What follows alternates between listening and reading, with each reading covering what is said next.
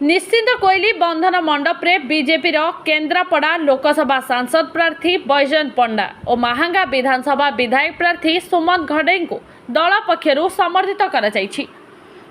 अन्नदा प्रसाद सिंह सभापतित्व रे आयोजित संबर्धना सभारे सांसद प्रार्थी बैजयंत पंडा ओडिशा रे बीजेपी डबल इंजिन सरकार करिबो बोली मत प्रकाश करथिले। ए सभारे विधानसभा प्रभारी हेमंत कुमार साहू, केन्द्रापड़ा विधानसभा संयोजक सुनाकर बेहेरा, महांगार पूर्वतन विधायक प्रार्थी समीर सामल प्रमुख उपस्थित थिले। केन्द्रापड़ा लोकसभा सह संयोजक सत्यवादी चैनी धन्यवाद अर्पण करथिले। महांगा निर्वाचन मंडली रे आमे भारतीय जनता पार्टी रो नेतृमंडली प्रार्थी बहु संख्यार कार्यकर्ता भाई भौणी माने एवं जनसाधारण खास करी युव शक्ति बहु संख्यार उपस्थित थिबा एई संबर्धना सभा रे आमे पार्टिसिपेट कलु।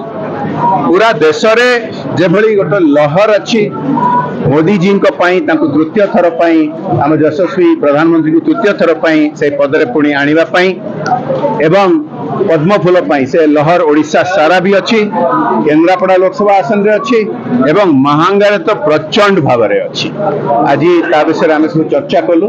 आगामी 45-47 दिन रे निर्वाचन रो की प्रकार रो सबु करणीय बिंदु आगु को निया जीवो ता विषय भी चर्चा कलु एवं आगामी दिन मानक आपण देखिबे एई लहर रो परिकल्पना। एई लहर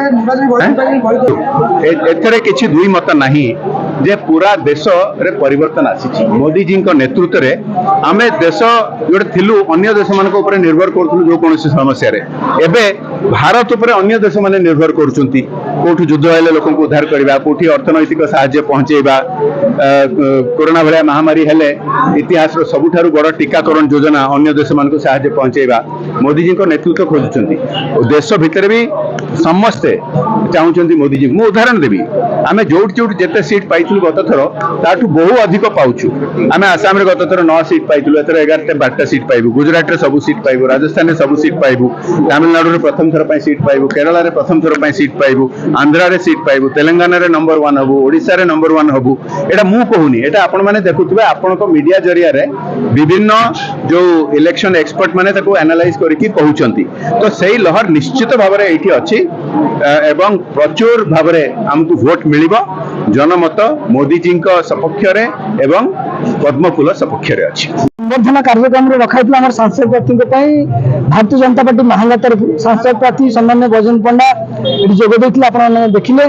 आम कार्यकर्ता बहुत उत्साहित कर मंत्र देती कि भाव में डबल इंजिन सरकार हम तापाई आम कार्यकर्ता मैंने प्रबल परिश्रम करेंगे, प्रचंड परिश्रम कर पार्टी को भाव में जितेबे से कथा कहीकि आज कार्यक्रम वक्तव्य रखिंट आमको उत्साहित कर। देखते मुद्दा बहुत अच्छी, केंद्रीय योजना को केवल निज मोहर मारी राज्य सरकार ये भेल्की करे कौन एजेंडा नहीं, विकास कौन धारा पाखे नहीं, कि नरेंद्र मोदी नेतृत्व में देश जो भाव में आगू जाऊँगी जनसाधारण आकृष्ट अच्छा, उत्साहित अच्छा जे ये डबल इंजिन सरकार हम से बाछिबे।